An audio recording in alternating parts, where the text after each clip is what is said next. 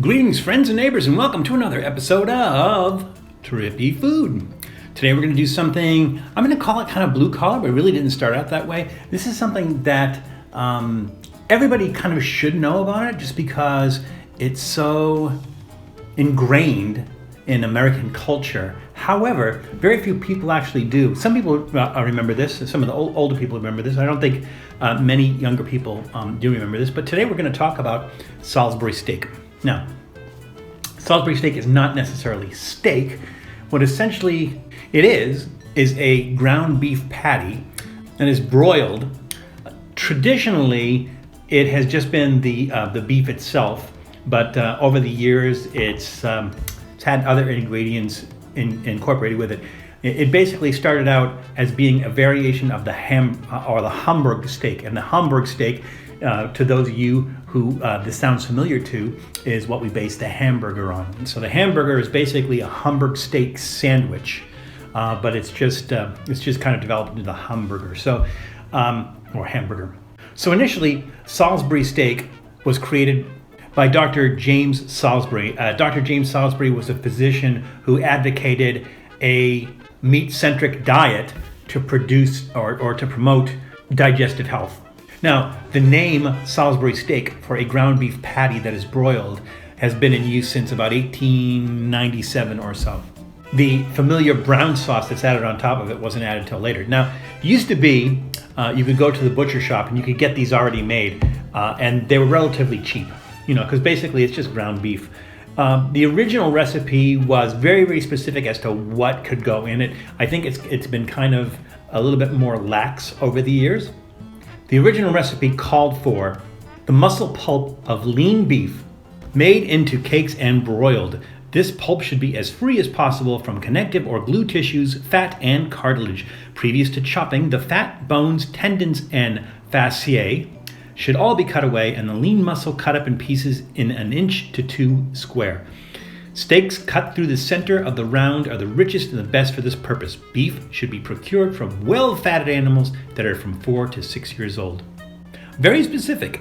And back then, again, we're talking about the late 1800s, this was thought to be something that would promote digestive health. Now, it goes on to say that the pulp should not be pressed too firmly together before broiling or it will taste livery. Simply press it sufficiently to hold it together.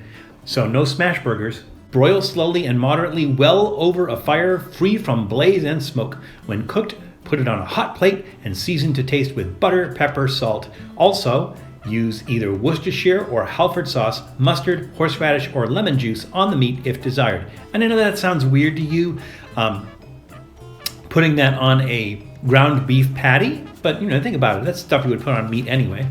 And then it ends with celery may be moderately used as a relish. Now, this was how it was originally prepared, or the original recommendation for preparation. Over the years, that has developed. So over the years, other types of fillers are used. Now, the USDA, the U.S. Department of Agriculture, has specified what can and cannot be sold as a Salisbury steak. So their requirements are as follows. It must have a minimum content of 65% meat, of which up to 25% can be pork, except if defatted beef or pork is used. The limit is 12% combined. No more than 30% may be fat.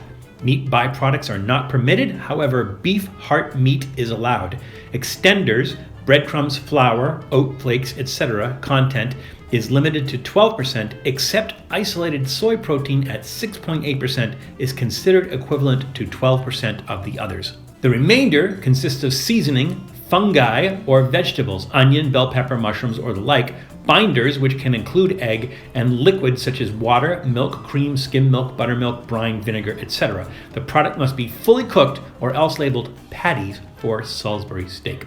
Now, I also will tell you that you used to be able to go to the grocery store and get something called pepper steak. And it's not like a pepper steak sub, it's not like that. But pepper steak used to be the same thing, the ground beef patty with chopped up bell peppers actually in it. So when you bought it, you saw red and green bell pepper little chunks in it. And that was a variation of the Salisbury steak, but they specifically called it pepper steak. You don't see that anymore. Just don't see that anymore. So we're going to try Salisbury steak. Now there's various recipes for it now with all the fillers and all the different mixes in it. What we decided we were going to do is we're going to go the old-fashioned OG route, which is basically to do it as frozen. So typically this was one of the main things that you would find as what they called back in the day TV dinner. So it's what you now would call a frozen dinner, right? But back in the day, it was called a TV dinner. It was called a TV dinner because you basically you didn't microwave back then. There were no microwaves. You basically put it in the oven. It usually came in a foil pack with a foil top on the top of it. You heated it up, and then you sat with your TV tray, which is basically one of those folding trays. You sat in front of your television, and you enjoyed your TV dinner in front of the television set. And so again, this was one of the early ones. So Swanson's had it. Stouffer's, I think Stouffer's has it now. I don't even think Swanson's is around anymore, but it was one of the early frozen dinners or TV dinners. So we got one from. We decided we could have made it ourselves, but then there's so much variation on what goes in and everything. We're just going to go the old-fashioned route and do it as frozen. So we have this Boston Market. Homestyle Meals Salisbury steak in a savory beef gravy with rotel pasta and in a creamy 3-cheese sauce. Now, occasionally when you got your TV dinner, it would have other things in it like mashed potatoes. Typically, I have mashed potatoes or something like that. I think the rotel pasta is a little bit different. There's really not a lot of any kind of historical information or anything. It's just a Boston Market frozen Salisbury steak. They put little grill marks on it. I guess to make people think that this was made in a grill. It probably is not. I don't even want to look at the ingredients on this. My God, that it's like a whole page of ingredients. It's crazy. The preparations is to do it in a microwave. They give you specific microwave instructions. We're not going to do that for 2 reasons. One, we're going to do it the old-fashioned way, and 2, we're going to have a microwave. So they do have instructions for doing it in a conventional oven. It's a little bit crazy because you take it out of the carton, put it on the tray, bake for 30 minutes, peel back the film, stir, recover, bake again another 15 minutes. So a total of about 45 minutes at 350 degrees. So we're going to go ahead and we're going to pop this in the oven. We're going to take it out. We're going to enjoy I'm going to call it a TV dinner. We're going to enjoy our frozen dinner of Salisbury steak, and we're going to find out what this old school Hamburg steak is all about.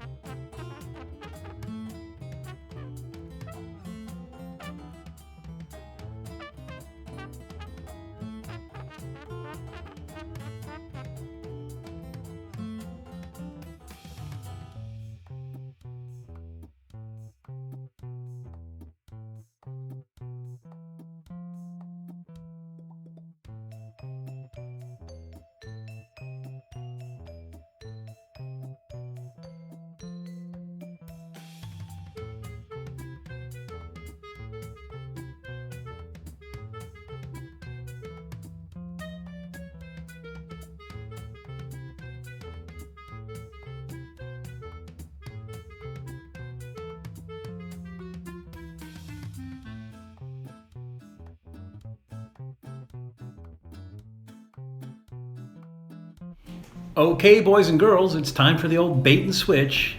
This doesn't really look like this too much. So honestly, I think in the past, your frozen dinner, your frozen Salisbury steak dinner, would have had mashed potatoes in it anyways. So this is a little different.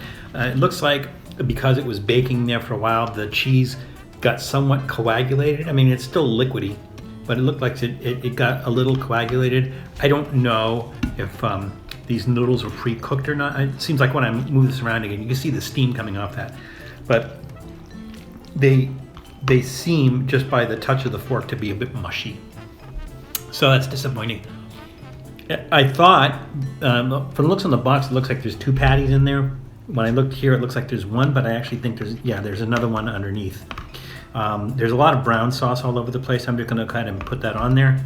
Can't really see the nice, fake grill marks in there. So let's go ahead and we'll just try the steak first. And I use the term steak loosely. It's a Salisbury steak, so I'm gonna call it a steak. But let's go ahead and take a piece of this, swimming in brown sauce. And again, remember the original recipe would not have it swimming in brown sauce, but it's something that was added later on. That's okay. Also, it seems like you can get away with having more additives like breadcrumbs, egg, things like that in it now. So let's go ahead and try it.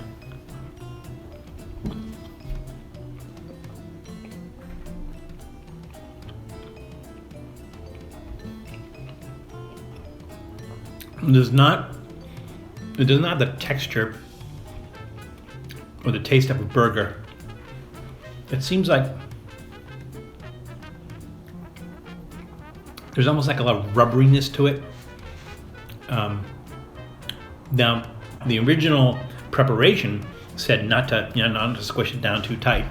It doesn't sound like they listened to that too much. But again, remember, we're talking about the late 1800s. Things evolve, and things change, and so does this. And let's try the pasta.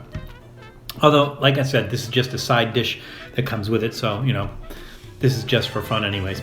Well, I'm saying fun ahead of time. It might not be fun. Total mush. Yeah, so that's disappointing. Maybe if you find, if you want to try this, you want to try a Salisbury steak, and you want to try to find one that has mashed potatoes, I would go that route, only because, well, this is just mush. It's just mush, and mushy pasta is not pleasant. Now, I would say it does taste like there's maybe black pepper in here. I'm getting the taste of black pepper in there. I'm getting some spices in there, maybe some onion in there. Not really tasting garlic too much, but I am tasting onion. It's possible that there's some garlic in there, or it's in the sauce.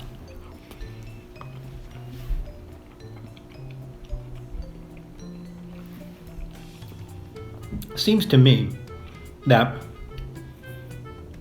if you want to do it the old-fashioned way, is get yourself some ground beef, put it in the, put a loose patty in the broiler, do it in the broiler, do it that way. I think that's much better. The important thing, based on the original recipe, is the quality of the meat that you're using and what parts of the meat you're using. So you don't want to use other parts of the meat. You want to make sure it doesn't have any fat in it. You want to make sure it doesn't have any, other sundry pieces in it. I think it's going to taste better than this does. But this is a mass-produced, processed, frozen dinner. So really shouldn't have a lot of high expectation level here. This is definitely blue-collar food. And I don't know that I even get I should even rate it like thumbs up, thumbs down, thumbs in the middle. I mean, it's kind of like a thumbs down. It's like the most basic of meals and everything. But the point was to show you what Salisbury steak is, only because, like I said, it's something that probably a few decades ago, everybody was familiar with it. You, at some point in time, saw it in your household. And then I think over the years, it's just kind of fallen by the wayside. So I wanted to reintroduce you to Salisbury steak, show you that it's kind of been relegated now to the frozen food world, and just kind of leave it at that. So if you want to try it, this is just one brand. The Boston Market is just one brand. Again, it's never going to look like it does in the box, but that's okay. Boston Market's one brand. Stouffer's, I believe, does it. I'm not sure who else does it. Probably some of the other, fancy brands. Maybe they do like a better version of it. Or just, like I said, make it yourself. You're going to have to start with some high quality beef, because I think that's what they do. grind that, form a loose patty, and then broil that, and I think it'll probably give you a better idea of Salisbury steak. So I mean, think of it as like a hamburger without it being a sandwich. So a hamburger without the bun, the pickle, and the mayo, and lettuce, and all that fun stuff. So go ahead, for old time's sake, for nostalgia's sake, go ahead and give it a try. But be careful, because it's crazy out there. So please take care of yourselves, take care of others, and we'll see you soon. Thanks for checking out Trippy Food. If you enjoyed watching that video half as much as I did making it, well then I enjoyed it twice as much as you did. And if that's the case, you'll probably like this video right here. And if not, check out this video right here. That one's a little bit different. Either way, leave a comment down below. And be sure to subscribe by clicking on the Trippy Food icon right here. Glad you could make it, and we hope to see you again soon.